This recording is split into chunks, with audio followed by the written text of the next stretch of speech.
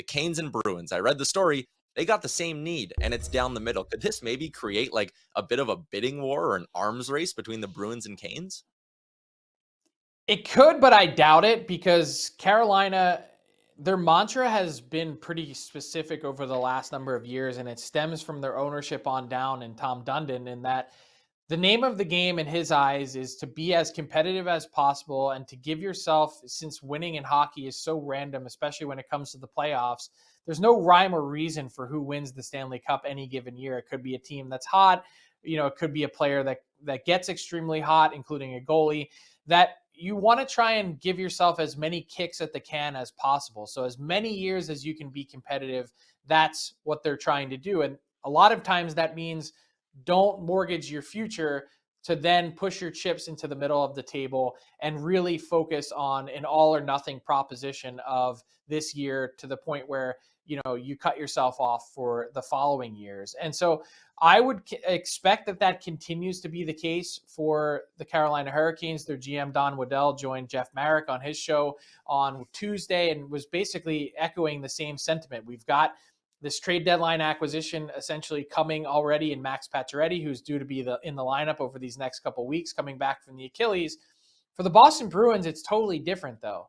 Their mindset, it has to be or should be, given how well this team has played this year, given that Patrice Bergeron is in the last year of his deal. David Krejci, is he going to be back for another season? What's next for Boston? They've had these last dance vibes all year, that I would think that they should be probably a little bit more aggressive in a way that's for the here and now and also the future, in the sense of, what about a guy like Bo Horvat? I've been talking about Horvat and the Bruins for a long time. It just makes so much sense. Not only could you get someone like Horvat from Vancouver, you have the pieces in order to pull it off.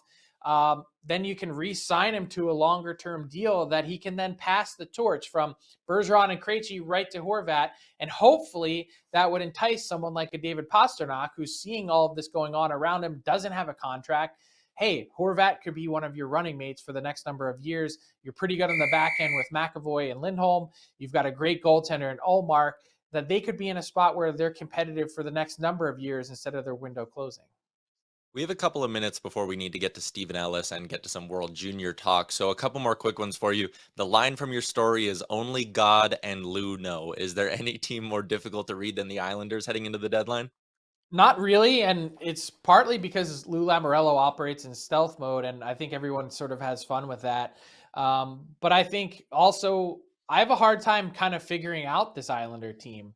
I think Yeah. when it all comes down to it, one of the older teams in the league, a team that Lou Lamoriello did very little to sort of prop up in the offseason, very minimal roster movement, and basically ran it all back with a new coaching staff, and Lane Lambert has done a nice job.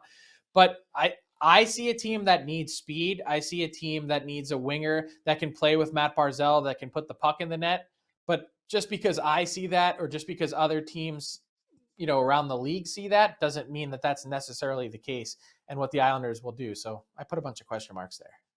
And last one, you have an area and a group of teams that you're not quite labeling sellers, but they're trending towards being sellers. The Wings, the Senators, and the Florida Panthers. What could it look like if the Panthers go into sell mode? Well, it could get really interesting because I think their key objective for the deadline is to set themselves up for this summer. They've got essentially $12 million coming off the books between dead cap money and also the deal for Patrick Hornquist, which expires. So that gives them a significant opportunity to overhaul their roster a bit. They still have $14.5 million committed to goaltending next year in Bobrovsky and Spencer Knight. But do they rebalance their roster a bit? Do they potentially trade a forward like a Sam Reinhart or a Sam Bennett, one of the Sams, in order to then, potentially take those assets? They don't have a first round pick until 2026, and maybe leverage them to get a top flight defenseman to play with Aaron Ekblad moving forward. So I think they've got some significant questions to answer. And when you look at their cap situation, they're up against it right now. They have to move someone at some point to be cap compliant this year, once or if everyone is healthy. I think the Panthers have something in their back pocket for either Reinhart or Bennett. That would be my guess. And whether or not that comes to play over the next 59 days, we'll see.